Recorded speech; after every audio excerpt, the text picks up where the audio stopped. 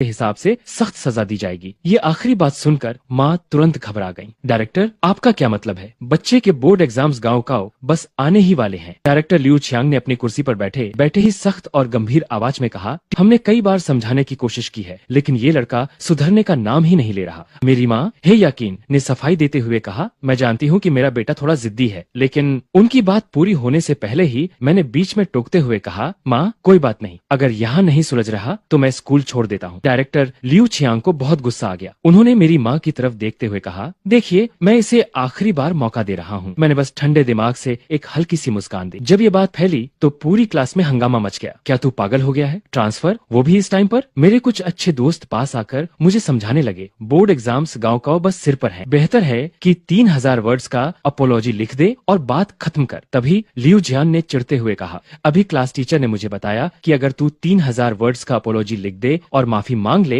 तो बात वहीं खत्म हो जाएगी, वरना हमारे बैच की केमिस्ट्री की क्लास नहीं हो पाएगी। और देख, अब तूने चेन सिरो को भी मुसीबत में डाल दिया है, उसे भी अब अपने पेरेंट्स को स्कूल बुलाना पड़ेगा। भाई, हम लोगों को क्यों बीच में घसीट रहा है? तू माफी क्यों नहीं मांग सकता? ठीक उसी समय अचानक पूरी क्लास में सन्नाटा छा गया। वाइस प्रिंसिपल गो हाइबो ने पूछा, लिन यीफेई कौन है? बाहर आओ। मुझे लगा था कि मामला सुलझाने के लिए बुलाया है, लेकिन वहाँ तो मुझे बुरी तरह झाड़ पिला दी गई। उन्होंने कहा, अगर टीचर और स्टूडेंट के बीच कोई गलतफहमी भी है तो भी सरेआम बहस करना और उंगली उठाना सही नहीं है। पढ़ाई में अच्छे होने का मतलब ये नहीं कि तुम घमंडी हो जाओ और अपनी मनमानी करो। अगर स्कूल के नियमों का पालन नहीं करोगे तो सजा भुगतनी पड़ेगी। मैंने बेरुखी से जवाब दिया, जी ठीक है। वाइस प्रिंसिपल गो हाइबो यह सुनकर बहुत गुस्सा हो गए, इसलिए उन्होंने नियमों के तहत मुझे स्कूल से निकाले जाने की प्रोसेस के बारे में बता दिया। उसी समय चेन सिरो के पेरेंट्स भी पहुंच गए। चेन की माँ ने गुस्से में मेरी तरफ उंगली दिखाते हुए कहा, तुम क्या चीज हो? तुम्हारी हिम्मत कैसे हुई ये कहने की कि हमारी बच्ची झूठ बोल रही है? टीचर, मेरी मानो तो इस लड़के को स्कूल से निकाल दो।